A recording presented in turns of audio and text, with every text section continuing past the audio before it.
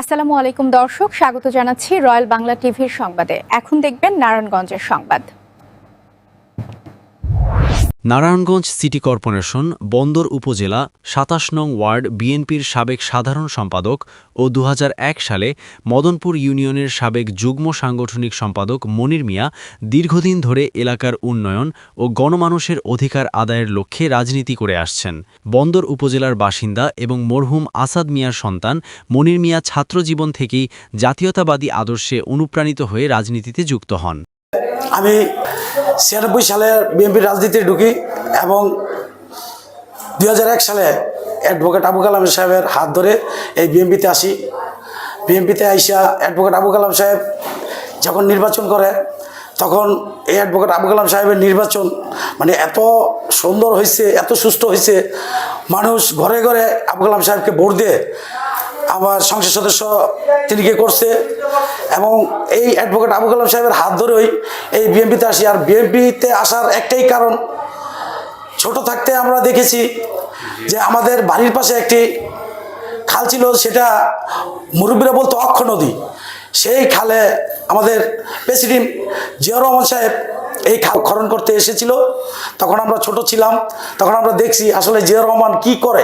জিয়াউর রহমান নিজে হাতে কোদাল নিয়ে মাটি কেটে এই মাটির ওরা এই মানুষের মাথায় তুলে দিছে, তুলে দিয়া বুঝাইছে যে তোমরা যদি এগুলি ঠিক না করো তাইলে কিন্তু আমি একা বাংলাদেশের জন্য কিছু করতে পারবো না।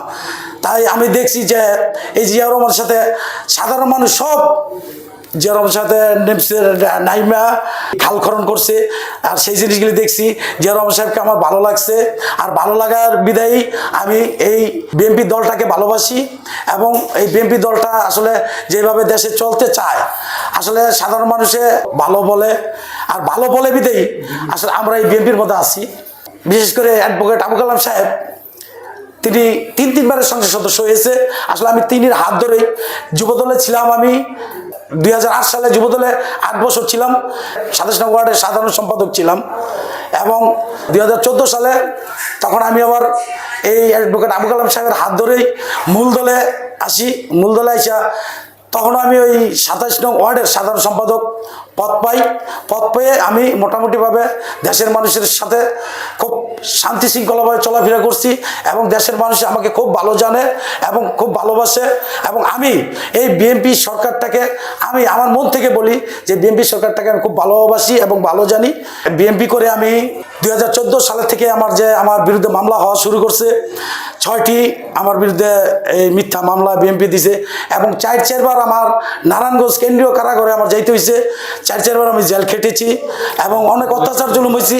আমুলকের দোসররা আমাকে শান্তি দেয় নাই, আমুলকের দোসররা আমাকে ঘরে থাকতে দেয় নাই এবং আমুলকের দোসররা আমার অনেক অর্থ তারা লুটিয়ে নেয় এবং আমাকে কোনো ব্যবসা বাণিজ্য কোনো কিছু করতে দেয় নাই, আমাকে তারা বাড়িতেই থাকতে দেয় নাই। তা এখন ১২ ফেব্রুয়ারি নির্বাচনের পরে আমি আসলে মনে স্বস্তি পেতেছে যে আসলে আমি এখন ঠিক মতন আমার দেশে আমি আছি এবং আমার বাড়িতে আসছি।